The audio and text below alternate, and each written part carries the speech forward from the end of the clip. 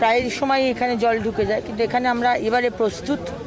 পুরো বালি দিয়ে আপনারা নিজেরাও দেখলেন পুরো এমবাঙ্কমেন্ট তৈরি করা হয়েছে, কারণ ইঞ্জিনিয়ার সব রয়েছে, সুতরাং এত সহজে আমরা হারবো না।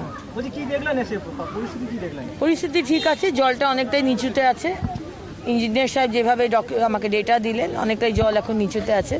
যদি জল উপরে ওঠে তার জন্য সব বস্তা ফস্তা সব বিষয় রেডি আছে।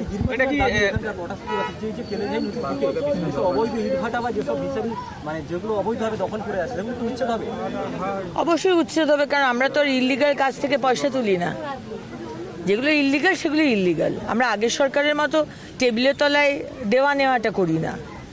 আর যদি বন্যা হচ্ছে, জল ঢুকে যাচ্ছে, ওই এর জন্য স্রোতটা ওখানে গিয়ে শুরু হয়ে গেছে, কারণ ওখানে পলি পড়েছে আর ওখানটাতে ইট ভাটা ইল্লিগাল তৈরি হয়েছে। তার জন্য পুরো জেলা তো আর কষ্ট পাবে না, এটা তো সম্ভব না। তাই তাদেরকে সরতে হবে। আমি এখন থেকেই বলে দিচ্ছি, যদি সেটা ইল্লিগাল হয়, যারা ইট ভাটা করেছেন আপনারা সরিয়ে নিন, তা না হলে আমাকে বুলডোজার নিয়ে গিয়ে সরাতে হবে।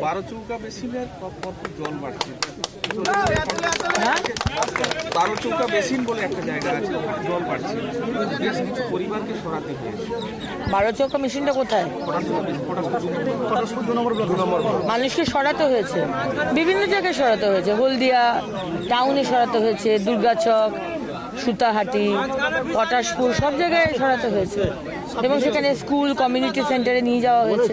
ওটাই কথা বলছিলাম, ডিএম সাহেব মুখ্যমন্ত্রী বলে দিয়েছেন 2 কোটি মুখ্যমন্ত্রীর ডিজাস্টার ম্যানেজমেন্ট থেকে কালকে ইমিডিয়েটলি দিয়ে দিয়েছেন, এবং আজকে কিছুক্ষণের মধ্যে টাকা চলে আসবে, টাকা ডিস্ট্রিবিউট হয়ে যাবে। বিডিও, এসডিও, ডিএম সবার আলাদা আলাদা টাকা দিয়ে দেওয়া হবে।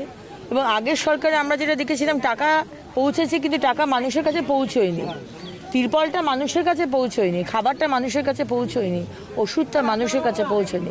এবারে কিন্তু পৌঁছবে, যে বেনিফিশিয়ারি তার অবধি জিনিসগুলো পৌঁছবে, এটা আমরা ইনশিওর করব। এই খালটি বারে বারে সংস্কারের অভাবে জল উপচাতে দেখা যায়। আতঙ্কের ব্যাপার, বৃষ্টির জলের থেকে খালের জলটা বেশি মানুষের কাছে আতঙ্কের বিষয়। এই খালকে সংস্কার করা সম্ভব? কেন সম্ভব নয়? এটা কি কোনো মানে কি বলবো, জুপিটারে যাওয়ার তো কোনো বিষয় নয়। সমস্ত খাল সংস্কার হচ্ছে, নদী সংস্কার হচ্ছে, পুকুর সংস্কার হচ্ছে, কেন এই খাল সংস্কার করা যাবে না? এতদিন হয়নি কারণ আগের সরকারের কাছে প্রায়োরিটি ছিল না। এক্স মুখ্যমন্ত্রী মমতা ব্যানার্জির কাছে প্রায়োরিটি ছিল না খাল সংস্কার করা। ইট ভাটাগুলোকে বসিয়ে সেখান থেকে তোলাবাজি করাটা সেটা প্রায়োরিটি ছিল, তাই জন্য হয়নি।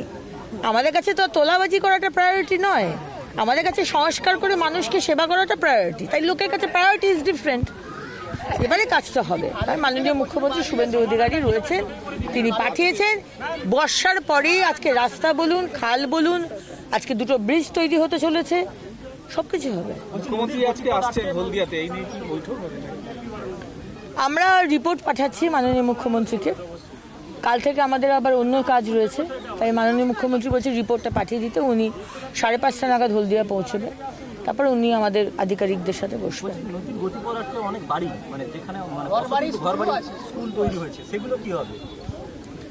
সেগুলো দেখতে হবে। যারা ইললিগালভাবে বাড়ি তৈরি করেছে, বাড়িতে লোকজন বসবাস করছে, তাদেরকে তো আমি মানে সরে যেতে বলতে পারি না।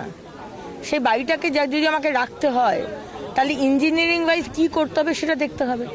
আর যদি দেখি একেবারেই, যেমন সেদিনকে আমরা অন্তরাজি ছিলেন, 27টা বাড়ি কলকাতার আশেপাশে যারা ইল্লিগালি তৈরি হয়েছে, সেখানে কোনো বিষয় নেই, সেগুলোকে মানে রাখা যাবে না। সেগুলো গতকাল বিধায়ক শান্তনু প্রামাণিক তিনি বলেছেন এটাই লাস্ট, এরপরে আর এই জল যন্ত্রণা থেকে মানুষকে মানে অন্তত মুক্তি পাবে মানুষ। ঠিকই বলেছেন আমাদের সম্মানীয় বিধায়ক শান্তনু প্রামাণিকদা, যেটা বলেছেন ঠিকই বলেছেন।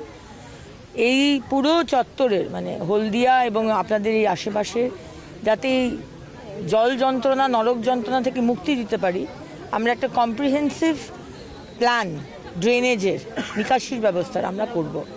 সেটা 100 দিনের মধ্যে সম্ভব না, এটা আপনারাও জানেন। এটা বসে ভালো যারা মানে এক্সপার্ট সারা ভারতবর্ষে যারা নামকরা এজেন্সি রয়েছে, তাদেরকে নিয়ে কাজ করে, যেরকম কলকাতায় দরকার, যেরকম হলদিয়ায় দরকার, আমরা এটা করছি। একটু সময় দিন।